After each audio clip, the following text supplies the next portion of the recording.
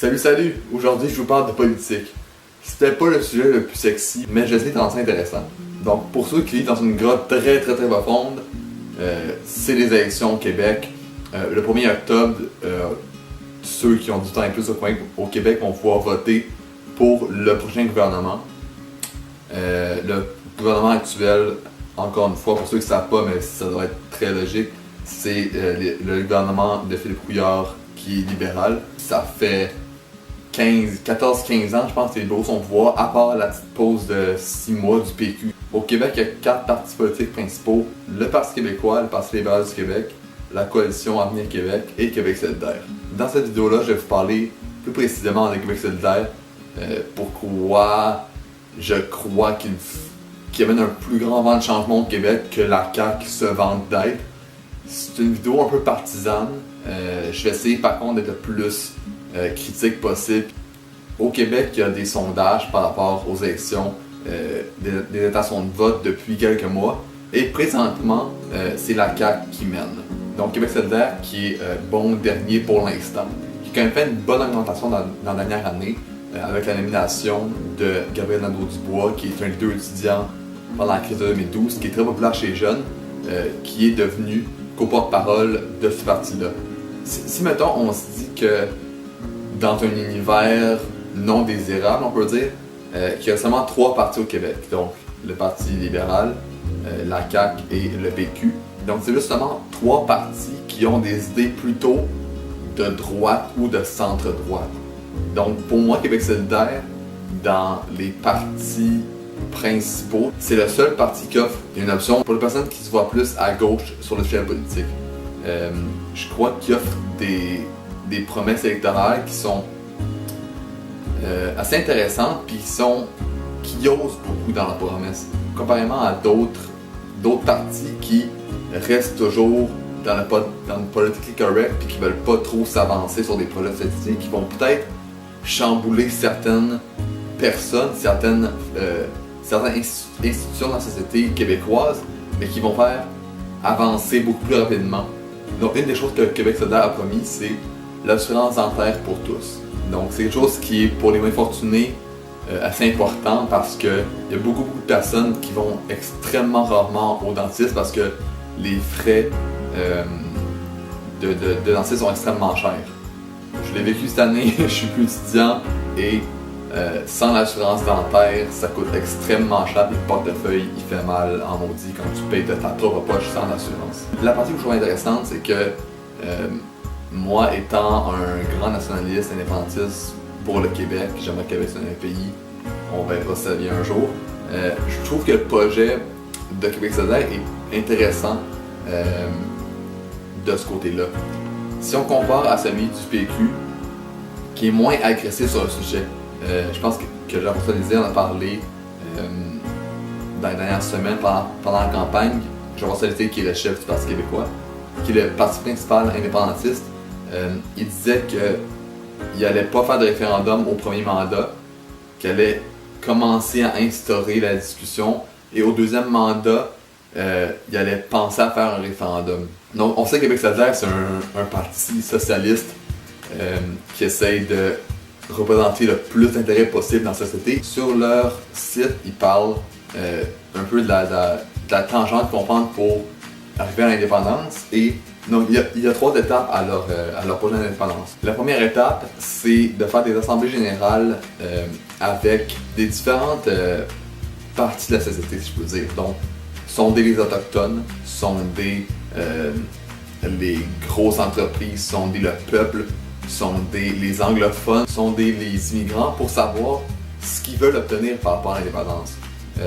Qu'est-ce qu'ils trouvent important que le Québec, comme un pays, devrait avoir. En recueillant toutes ces informations-là des groupes différents, ils veulent refaire la Constitution du Québec. Ils veulent rédiger une Constitution qui engloberait toutes les opinions possibles des gens pour construire un projet de loi ou une espèce de constitution qui formerait, dans un cas échéant, l'indépendance du Québec.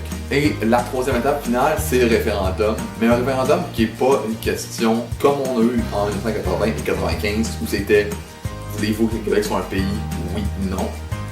Ça serait plus par rapport à la Constitution.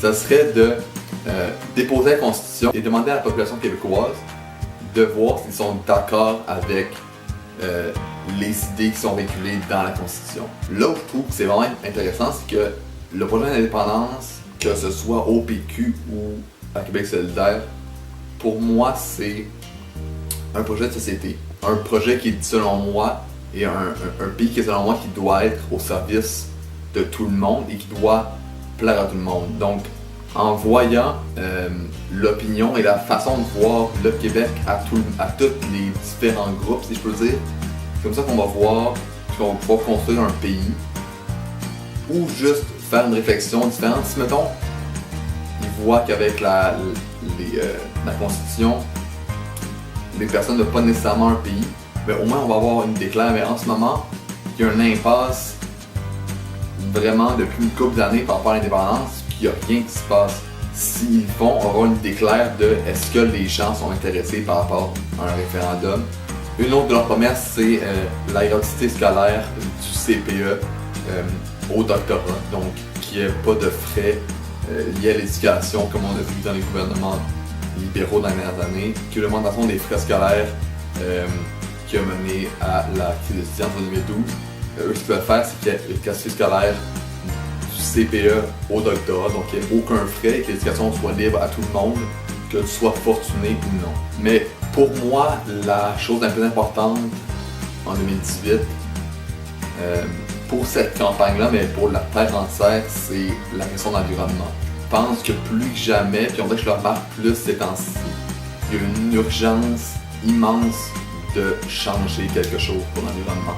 Il y a quelques semaines, le secrétaire général de l'ONU, Antonio Guterres, il a dit qu'il restait seulement 2 ans pour que le monde agisse contre les changements climatiques. Il y a une échéance de 2 ans, donc en 2020, s'il n'y a pas de changement drastique dans le mode de vie, dans la consommation, dans la production d'effets de serre, il prévoit qu'il y a des changements climatiques et que ça change totalement notre mode de vie pour tout le monde sur la Terre, qu'on soit riche ou pauvre, blanc, noir, jaune, peu importe la nationalité, peu importe la religion, c'est quelque chose qui touche tout le monde.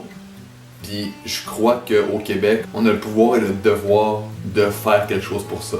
Donc une de leurs propositions électorales, c'est de diminuer le prix des transports en commun de moitié partout au Québec et d'investir beaucoup d'argent dans le transport en commun en dehors de Montréal. Il y a quelques semaines également, il y a un collectif de plusieurs groupes environnementaux, dont Greenpeace, dont Équiterre, qui ont proposé 23 promesses aux 4 grands partis.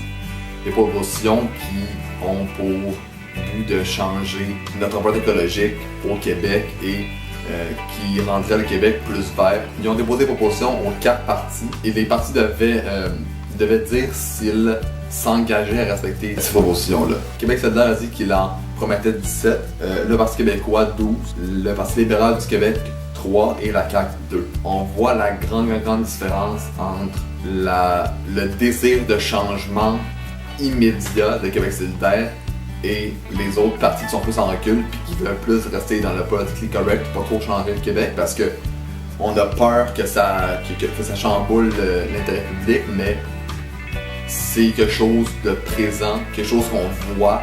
Je trouve que Québec solidaire emmener la politique, pas totalement, mais quelque chose de plus amusant, de pas de négatif.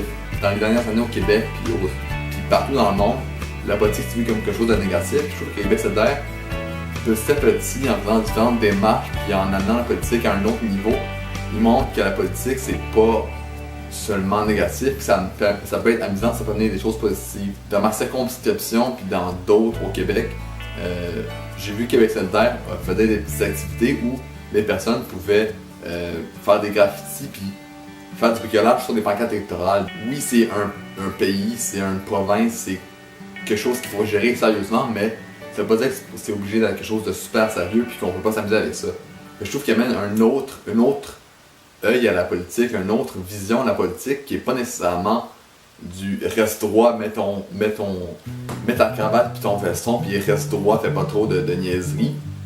Manon Massé, je trouve que c'est une bonne porte-parole pour ça.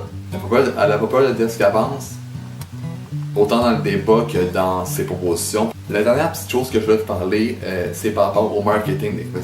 Pour moi, c'est une des grandes victoires, puis un des gros points positifs dans cette campagne électorale. Ils ont réussi à s'adapter à plusieurs médias, puis à plusieurs façons pour attirer les jeunes. On sait que les jeunes, de plus en plus, dans les années, ne votent pas ou ne sont pas intéressés à la politique, mais je trouve que dans leurs actions, Québec solidaire font le plus possible pour ramener les jeunes. Puis j'ai l'impression qu'ils croient que les jeunes peuvent faire plus. Vous avez probablement vu sur les rues des pancartes avec les promesses électorales de Québec solidaire. Ces pancartes-là ont toutes été créées par des artistes du Québec, de différentes régions au Québec. Ils impliquent le peuple dans un projet de société qui est grandissant. Puis je trouve que c'est quelque chose de beaucoup plus visuel. Puis on associe facilement les pancartes Québec solidaire avec des créations et des dessins qui sont vraiment... C'est un beau design, c'est cool, ça attire l'œil. En Québec, il y a eu quelques semaines, il y a eu un gros rassemblement sanitaire, il y a eu une foule monstre et ils ont invité à la Claire Ensemble, qui est un groupe de rap de Québec, qui est vraiment populaire chez les jeunes, qui eux aussi n'ont pas peur de dire ce qu'ils pensent puis de choquer un peu. Donc je trouve qu'encore là, ils amènent un groupe qui aime avoir du plaisir puis qui est un peu à l'image aussi du parti. Certaines pages de memes au Québec se sont associées à Québec solidaire. Je pense qu'il y a Fruité et il y a Québec solidaire qui sont deux pages de memes humoristiques qui ont affiché leur appui publiquement et qui font des memes sur Québec solidaire. Donc je trouve qu'il y a une belle autodérision avec Québec solidaire dans cette campagne-là. Je pense qu'on a vu l'affiche de Manon Massé, il y a avec Manon Massé sur la moustache. L'autodérision, je pense que ça marche beaucoup. Puis encore là, ça prouve que la politique, c'est pas obligé d'être juste sérieux puis qu'on peut rire un peu de nous-mêmes. Et la dernière chose que je trouve intéressante en faisant marketing, c'est qu'il y a différentes vidéos que Gabriel Nadeau-Dubois, il explique des promesses électorales sur des vidéos Facebook. Donc, il explique en images avec des diagrammes sur un tableau en donnant des petits exemples et ça amène encore là les jeunes, mais la population en général, à mieux comprendre comment l'opposition va se faire. Donc, c'est ce qu'on veut la vidéo. En conclusion, juste vous dire qu'on n'est pas super représenté par les partis politiques, mais je pense qu'on n'est pas aussi intéressé. Je pense qu'il y a beaucoup de personnes, beaucoup de jeunes ne sont pas intéressés à la politique, mais je pense que c'est à notre avantage d'être intéressé parce que je pense que dans notre génération, on a un désir de changement sur beaucoup de choses. On a plusieurs idées innovatrices, puis veut pas. La politique, c'est souvent par là qu'on change les idées de la société. Le 1er octobre, je pense que c'est important de voter. Peu importe le parti que vous votez, puis juste une affaire, c'est voter pour le parti que vous voulez et non, c'est pas un vote stratégique comme certaines personnes font. Ça m'énerve royalement que le monde vote pour un parti qu'ils veulent pas. Votez pour vos convictions, votez pour vos intérêts. Votez pas pour qu'une autre personne ne gagne pas, votez pour que vous gagnez. Merci beaucoup d'avoir regardé la vidéo. C'était pas la vidéo la plus intéressante, mais j'essaie de vous montrer mon point de vue de la politique qui est peut-être plus amusant puis qui est peut-être plus encourageant. Donc merci d'avoir regardé puis on espère qu'on va changer le gouvernement. Salut.